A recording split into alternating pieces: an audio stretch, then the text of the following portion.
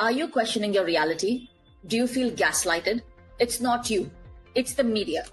I am Suchitra Vijayan, and I'll be joined by Bhakti Sringarpure and Madhuri Shastri to eviscerate the propaganda, set the record straight, and offer much needed moral clarity. Tune in each week. It's not you, it's the media, a podcast by the Polis Project.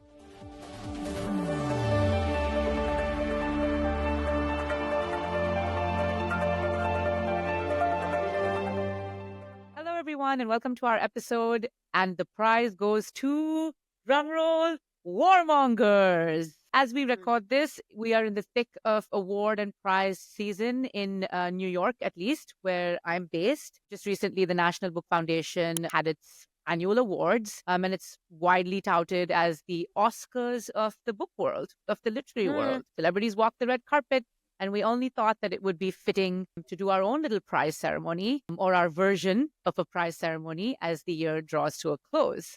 Basically, we, in this episode, wanted to cover how the genocide in Gaza has made literary institutions, literary prizes, and all of the sort of awards and honors that the system confers on itself. The genocide has really exposed them for who they are and for what they actually stand up for. We will cover the prizes, the galas, and the ceremonies, and then talk a little bit about what the role of the writer is at a time of genocide, because we understand that it's all well to say, well, who do you work for? Then how do you actually respond to it? Resistance is possible, and we will end on that positive note. As I said, this year has been a real moment of exposure, unmasking, and reckoning for various institutions in the literary world. The genocide in Gaza has exposed that genocide is not a red line for everyone. It is for some, but it is not for many. And I wanted to start off this introduction by talking about two very celebrated or respected organizations within at least the American media ecosystem, and that is Guernica and the Poetry Foundation. I have talked about Guernica before. I used to be the co-publisher at Guernica this year, and there were a wave of mass resignations this year that basically caused Guernica to implode. And the cause of the resignation was the sort of unilateral publication of an essay by the writer Joanna Chen called From the Edges of the Broken World, or From the Edges of a Broken World, which was basically Zionist apologia. It both sides of the war, really talked about how difficult it was to be an Israeli with a heart at the time of the war. And this essay was published by Guernica, which positions itself as a magazine of art and politics, in March of this year. So we were already months into the genocide, and the organization and its volunteer staff members had been encouraging the leadership, of which I was a part, to adopt the cultural boycott of Israel, which is called Hackby. And there was a vehement opposition to it, of which I did not count myself in that number. And after this essay was published, it was clear that the goals that the leadership had outlined, that our politics will be demonstrated through what we published, was not actually met. Not just Guernica, but many other institutions have exposed themselves similarly, like the Poetry Foundation and even Art Forum, whose editor resigned recently. So in addition to institutions, we've seen literary prizes also get exposed, and book festivals. Why don't we start with prizes? Yeah, I think let's focus on prizes for sure. And I think one of the things we did when we recorded our podcast on book reviews is that we emphasized the importance of literary narratives and how they proliferate in the cultural ecosystem, how they shape politics, how they shape what we think about people in whichever part of the world, right? And what was interesting to me, because you mentioned the Guernica, and because I am the oldest out of the three of us, I happen to still have my Facebook account, and I saw a vibrant discussion of the Guernica article that had caused all this drama. And one of the things being said was, this is so silly. This article is not even worth it. It's not openly Zionist. It's not openly pro-Palestinian. It's sort of wishy-washy. It shouldn't have caused such a ruckus. And this is the kind of thing that literally enters, it's like a shard to my heart, to absolutely insist that works of literature or works of literary writing or essay, whatever you want to call it, memoir, somehow do not matter to political discourse, right?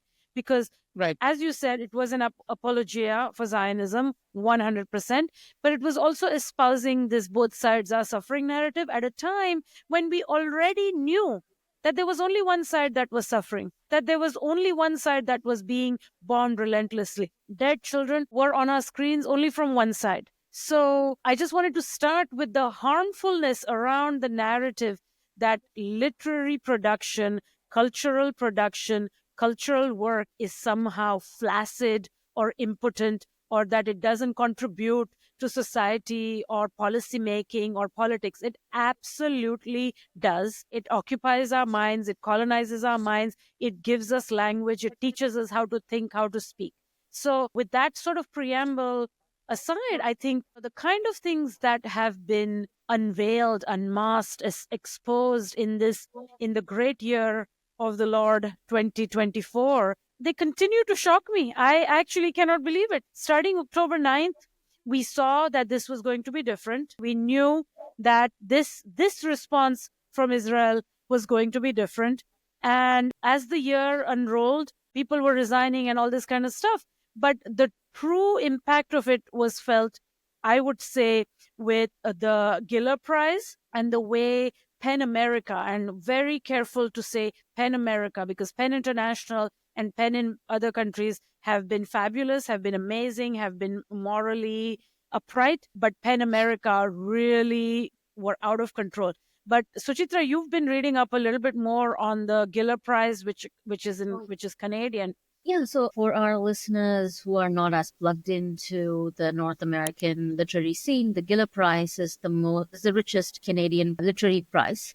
And it's been dogged by both controversy and other things for a while because of a big corporate sponsor, Israel's largest arms manufacturer, and the Israeli Defense Forces, and the real estate company, which has investments in the settlements in West Bank, all sponsor the prize. So this is not the first time that the Giller Prize has come under scrutiny and writers expressing concern. But of course, this year, that concern takes a new life. And there was demand for boycott. Former prize winners demanded that the prize divest from both Israeli corporate sponsorships, and Scotiabank and others were all directly complicit in the genocidal violence in Gaza. But it didn't happen. But what was really crazy was the winner, Anne Michaels' speech, where she says something like, "The dead can read." And again, the book that she won the award for is called Hell, and it's supposed to be an intergenerational story of bearing witness to war, trauma, and resilience. And yet she utters words like "the dead can bear witness," and then decides to go ahead and still accept the prize. It really is a masterclass in how white women can take words like bearing witness, like talking about how the dead can read, and then really just reducing all of these heavy emotions to saying, I'm going to take the prize. And that's where we are, the Giller Prize. Yeah, well, what was just the most disgusting and repulsive thing about it is that she is like, it's really hard for me to accept this prize, and you all will bear witness to my pain, but I must accept it. I must take $100,000. Oh, how am I going to spend it? I mean, what is this? What is this trashy speech? What is this mining of pain that is not yours? And what is this justification for taking a prize? It was one of the most morally low moments I've seen in recent times. Absolutely. Yeah, and can I just add that another instance of very performative wokeism from the Giller Prize was when there were these calls for the Giller Foundation to divest from Scotiabank, which has these investments in Israeli arms industries. I think Elbit is the name of the arms manufacturer in particular. The Giller Prize used to be called the Scotiabank Giller Prize. And what they do is they just drop Scotiabank. They don't cut ties with the sponsor, but they just rebrand themselves as the Giller Prize without the Scotiabank Giller Prize, thinking that they have, I don't know, successfully pulled the wool over people's eyes. Like, I don't know. Reminds me of another where PEN America had an event with Lincoln Center this past summer where they dropped PEN America's name and Lincoln Center still went ahead with that panel. And writers went on this panel. Yeah, maybe I'll do an overview of what PEN America did. I have a long-standing history of hatred, so I might end up just burning our entire podcast time on this. But basically, in the last 10 or so years, PEN America has been headed by somebody named Suzanne Nossel, who used to work for Hillary Clinton. She worked for the government.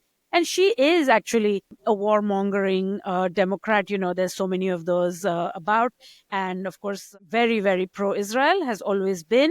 And I still remember in 2014 for the Freedom to Write lecture, she had invited Chimamanda Adichie from Nigeria. And Adichie herself was a little bit embarrassed. And she's like, oh, actually, I don't know if I'm like a Freedom to Write type because I haven't been censored and things like that. Like I haven't experienced this kind of thing.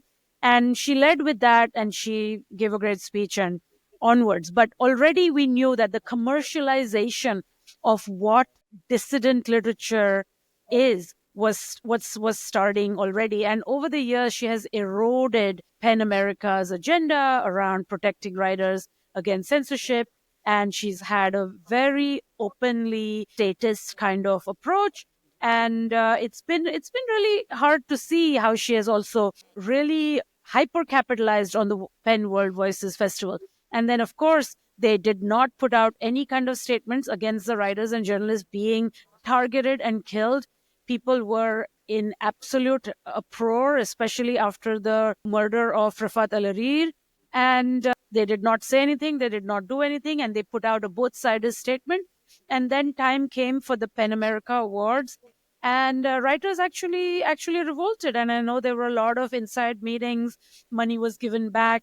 And they were told again and again to have a reckoning, to change their stance, and they would not do it. And it was actually preposterous. And the final nail in the coffin was they actually invited this Zionist comedian to perform. And when a Palestinian writer protested, they physically dragged her out of the room, like physically. And there was a video and everybody saw. And it was a real fall from grace. That said, they are doing great, everybody. And now this year's nominations and calls went out. And I heard from several writers who were asked, do you want to be nominated or not? Because we don't want you to make a fuss later. Just like, let us know if you want to be nominated. Just they are completely unethical. And it's been really sad to see. Could I also just say that the PEN America's prison writing program, we now know that, again, money didn't go to the actual writers who are writing from prison. So there's also been huge, I mean, again, when you see that the of dollars of money that they raise, it's like $500, $1,000. Are you literally withholding hundreds of dollars from incarcerated writers from your prison writing program? It's just unbelievable. This is just, I never thought I would say this, but it sounds like a Ponzi scheme. I mean, the idea you would deny money to incarcerated writers. Why?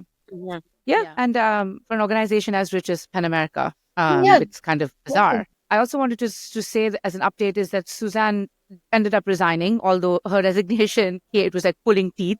Too little, too late. Step down. And also, I think the point I wanted to make was that it doesn't really matter if a few heads roll, because the organization continues to be as invested in power and Zionism than ever before. So it kind of has not made a difference. All this drama about don't humiliate us by calling us out before we nominate you for a prize happened after her resignation. So it is really that these institutions are rotten to the core. And the distinction between Guernica and PEN was that because Guernica is a volunteer-based organization, people were really there for their values. And when when money isn't a part of the transaction, people will stand up for their values. And Guernica doesn't really exist, whereas PEN is existing in exactly the same form. All these prizes, dropping the names, trying a rebrand, just rotten to their core. And that's been the great unmasking of this year. Yeah, and I think there has been a sort of low hum about we must find out who is actually sponsoring the prizes, where does it come from? For example, the Dan David Prize, which is the major amount of cash, which is an Israeli prize. There's always been opposition to that because it's very openly blood money, and writers have been asked to turn it down and so on. Of course, this past year, it was a Black woman scholar who didn't turn it down, and people were really extremely upset. But prize money is blood money, is a sort of an older, low hum. I mean, of course, as we know, the Nobel Prize is by the man who invented dynamite. I think the JCB Prize in India is the literally the prize funded by the bulldozers that do all these demolitions. So prize money is always stained money. And the weird part is there is a way not to do it. But I don't know, was there any controversy with the JCB prize this year? Maybe not, the Indian one. I don't see a controversy. It is India's richest Was literary prize. exposed. It is almost $30,000. And I think with the bulldozing of Muslim houses, with the more awareness of what JCB does in bulldozing houses in Palestine. Recently at Polis, we interviewed the special rapporteur for adequate housing who talked about there are two countries that bulldoze homes. One is Israel, which is an occupied territory, and the other is India, which is a democracy, which is like the idea of demolition itself is punitive. So there is more awareness. There is more that's happening. I think now writers have begun to openly talk and discredit the JCB prize. See, I think in India, the equation is different because Perumal Murugan won the JCB prize once. So I think it is a rich prize. It is $30,000 for an Indian writer is a lot of money. But yeah, JCB has come under a lot of fire this year. I think we can maybe discuss in this vein of the sponsors being exposed. There was this turmoil and this exposure in the literary festivals that are not prizes, but, they are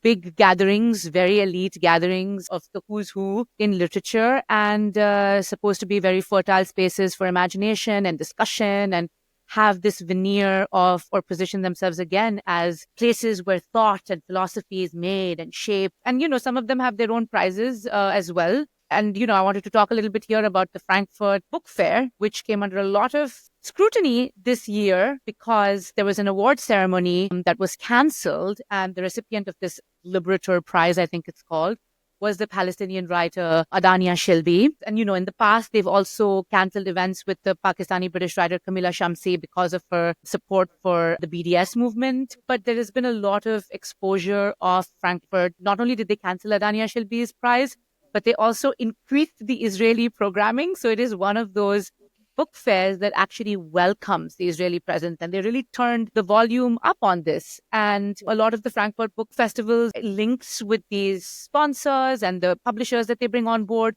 who have links with these Israeli sponsors or Israeli weapons manufacturing companies or whatever it is, has really been exposed. And the truth is that the book fair went on, the prizes will be given, people will be given this money, but there is really a lot of exposure. And to me, it just runs so deep because type of publications that you would expect to have any sort of investments or links with the Israeli weapons manufacturers is bizarre to me. Like, how did that happen? How is that even happening? I know. And Frankfurt was the first scandal in 2023, the Frankfurt Book Fair and them rescinding the prize for Adania Shibli. And I just have to give kudos to the coalition that I'm part of for the activist organizing. It's called Publishers for Palestine. And so this year, people got together to really attempt as much boycotting of them as possible. But it's still, the impact is so, it's not resounding enough. Or I'm impatient. And of course I'm impatient, given that something is going on right this minute as we speak. Bombs are raining down and I'm impatient. But there's been a lot of interesting resistance and organizing around it.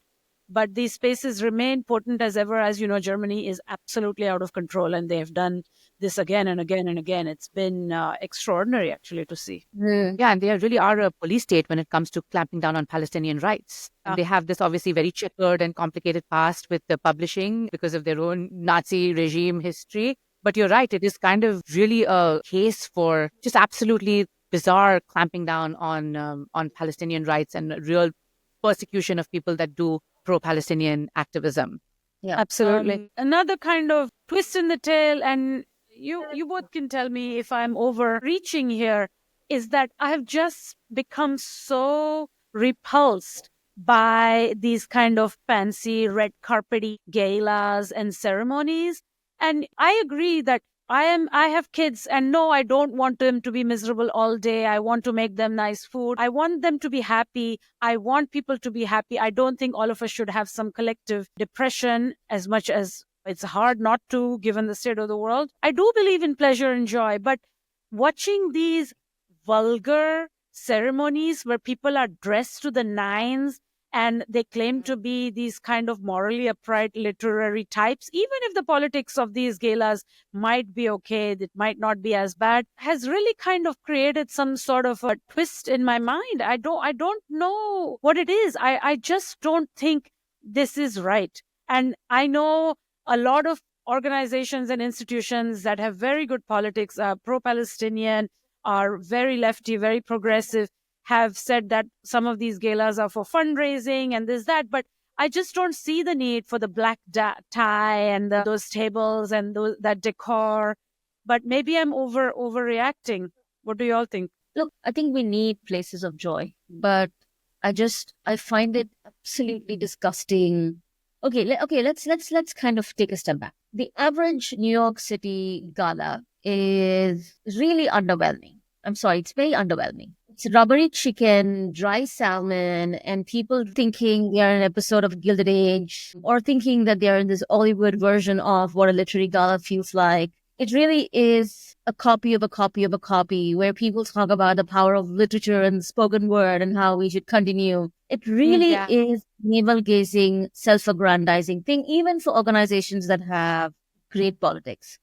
And usually we do this because, okay, it's fine. These are some things that we do in polite society, right? It's Vanity Fair, it's polite society, whatever. But in the year of live stream genocide, it just doesn't feel right. Like, I don't know, like, what am I, do you want me to wear a black dress and go to a gala and talk about the power of spoken words? I don't know. Like, Jonathan is being murdered. Like, Rafat Al-Harir is dead. And not just him. Like, I think Lit Hub did a really, really thoughtful tribute to all the poets who have been murdered. This was like the second month of the genocide. And look, I love fashion. Fashion is something that I love. I think, Bhakti, yours the same as well. We all, there's this, you think about fashion and we politics. all love all the nice, fun things. But no, I don't know. I don't know.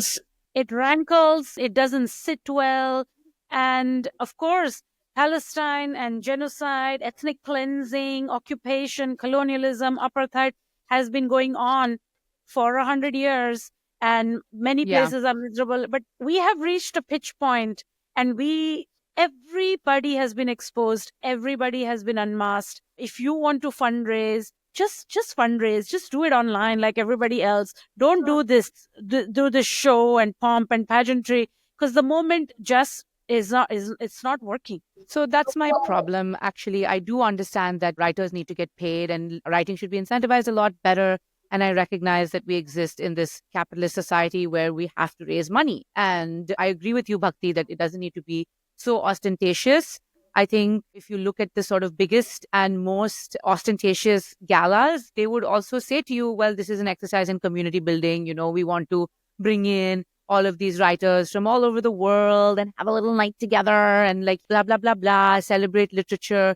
But I do think that with the amount of knowledge that we have, with this kind of conversation about sponsorships that's coming to the fore, with the sort of year of mourning, the death of Palestinian writers, poets, the complete decimation of libraries, of whatever it is in Gaza, right? The whole country of Palestine being razed to rubble. It does really raise the question, what type of community are you trying to build and how are you going to build that community? And I don't think having a fancy gala is the response. I think you can have that same sort of event where you are community building, but it just looks very different. And the tone is different. And it's not a see and be seen kind of situation just because you want to dress up.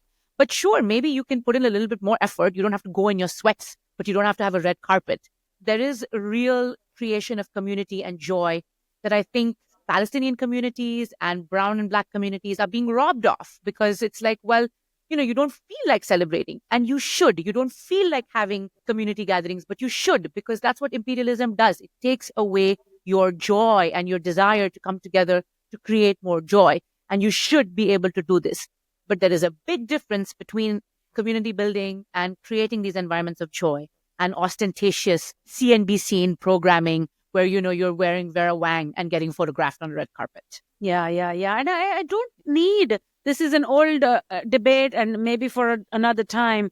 I don't need the literary world to exactly resemble Hollywood. This is something, of course, the Penn Gala under Susan Nassel did for the last many years. They always got like a Saturday Night Live host. It was even with their ongoing scandal, they went on to have Seth Meyers host the gala last May. They went on with it. Paul Simon was the guest. I mean, this idea that somehow the literary world must resemble Hollywood, it's a very strange concept. Those are very different things. There are very different money that goes into each thing. This aspiration also at the heart of it is a problem for me, not during times of genocide, but always, but particularly during times of genocide. It's very easy for the literary world to step back, to be modest, to engage modestly, to write. We have to ask, what is the duty of the writer in the time of an ongoing genocide that we somehow have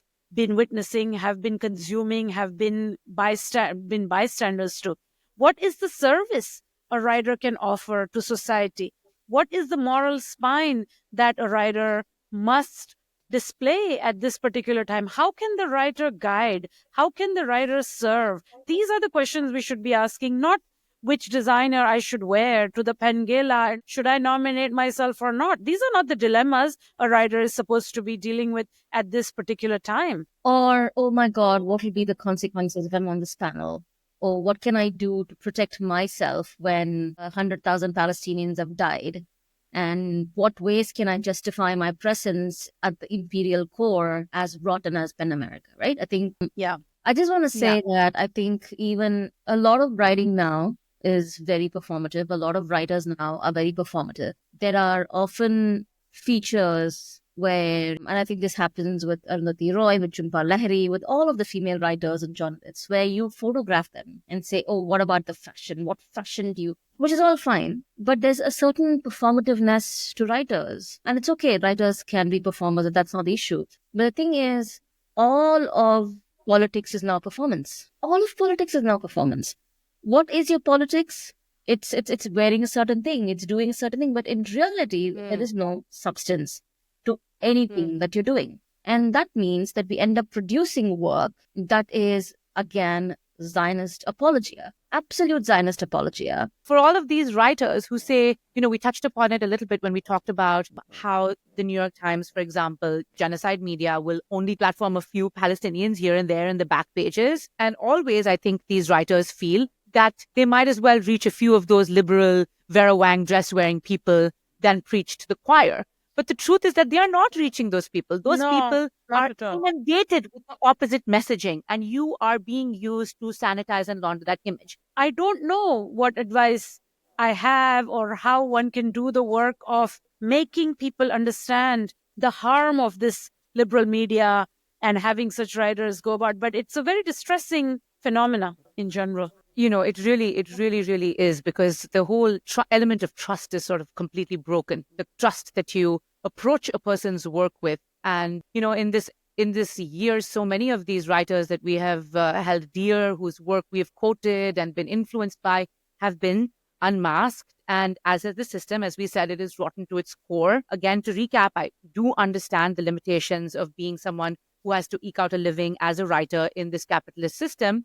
But given all of these contradictions and given the world that we exist in, my question to the both of you is, how does a writer then operate in a diseased system? System is diseased, and unfortunately, the onus is on the writer. And so what do you think? I mean, for me, I feel that I think now a writer has seceded from their social reality. And a lot of writers have to secede and become part of a very particular kind of a world in order to succeed. For me, it's really just been an early, well-taught lesson in just rejecting people, like just saying that I reject you. I don't want to write for the New York Times. Like when the email came for me to write the New York Times op-ed, I said, I do not want to write for you. I will never write for you anymore. A couple of years ago, I would have grumbled and I said, yes, but not anymore. When How Long Can the Moon Be Caged was coming, we did a piece for Time magazine. And it was one of the most atrocious edits that I had to live through, where one of the editors said,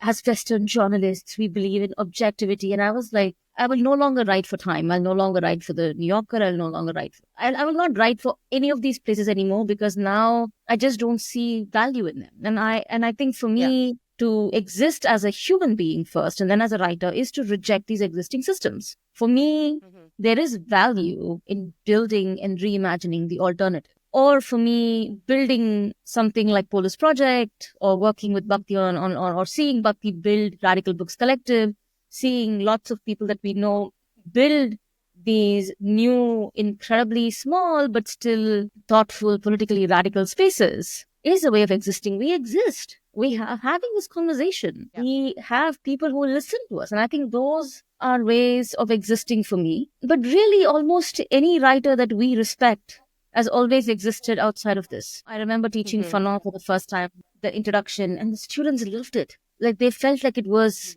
new, it was fresh. Yeah, for me, a writer exists to write about their social reality. So for me, that is how a writer exists in this world. And if you're a writer who doesn't want to exist to write those things, you cannot claim to be this island that is cut off from all the forces of the world.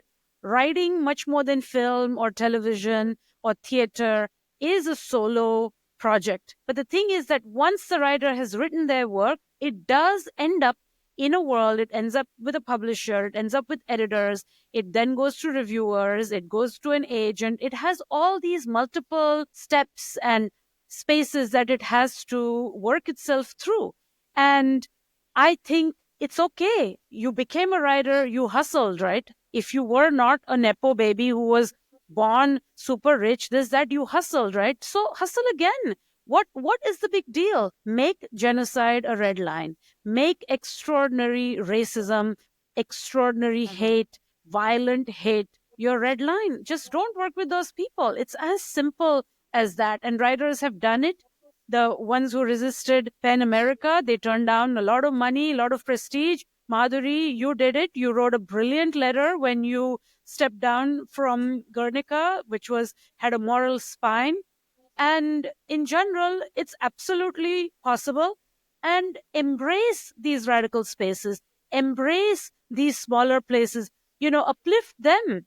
It's not always what you can take, where you can publish. It's also what you can give, who you can serve. Turn the question on its head. I absolutely agree with that. I think that's a really, really wonderful way to frame it. And even institutions, like you have all these people hand-wringing, like, well, what do we do? This is just the world that we live in, But the truth is, cultural institutions have a very clear solution, which is to sign and to adhere to the cultural boycott of Israel and Israeli institutions. This is not something new. This is not something radical. And these same institutions, if you ask them during South African apartheid, which is where this idea comes from, cultural boycott, if you would ask these very same institutions, would you do this during the South African apartheid? Their answer would be yes, of course, resoundingly yes. That was so bad.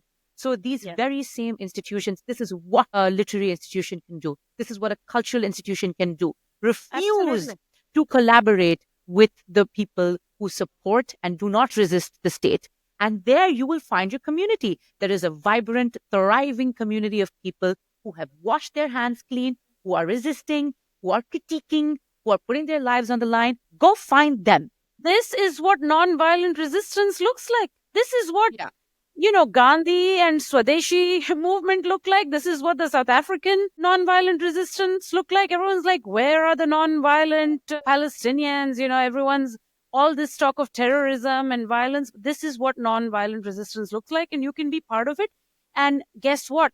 The writers who are boycotting Israeli institutions that have signed on to all these things, you're in great company. The people who are turning down prizes, you're in great company, like amazing, prolific, brilliant, amazing company. Yeah, and you're on the right side of history.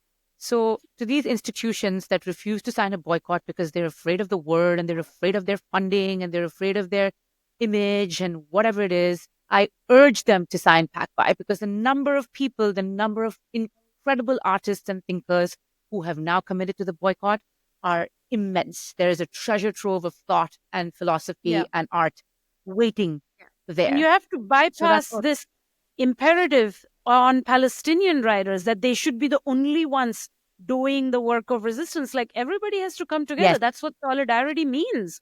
That's how you kind of undergird institutions around a set of ethics. And it cannot be Absolutely. a Palestinian writer's duty. I mean, my God, they're dealing with actual bombs and they're under rubble and they're dealing with torture and kidnappings and every possible kind of terror. I want to do a quick shout out for Francesca Albanese, who's also a writer who actually has books that she's written, who is actually showing us how this is done. Of course, I know she's a special rapporteur for Palestine and the occupied territories, but really, every single day, relentlessly on the public circuit, talking, speaking, challenging. I think those are all resistance. And look at the halls that she's filling. Look at, I mean, for me, someone like her is just phenomenal. And the fact that she is educating, for me, she is actually more, I see her as a preacher more than anything else. She's on the podium preaching for the dignity of the Palestinian life, their freedom. She does it.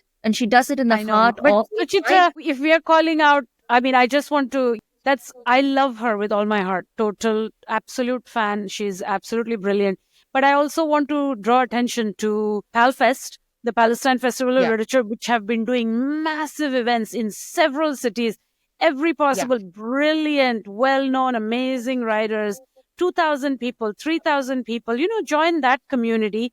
And then the small little radical magazines, like Arab Lit, which have actually brought back a magazine from Gaza. They published an incredible issue called Gaza, Gaza, Gaza. They have just, for Read Palestine Week, they have just put out a wonderful issue that I had the honor to help with called And Still I Write, where Palestinian writers imagine the future. Because you know what? There is a future. It's not, we cannot just all be in a death spiral. And if there's one thing writers can do for Palestinians is to imagine their future, is to secure their future.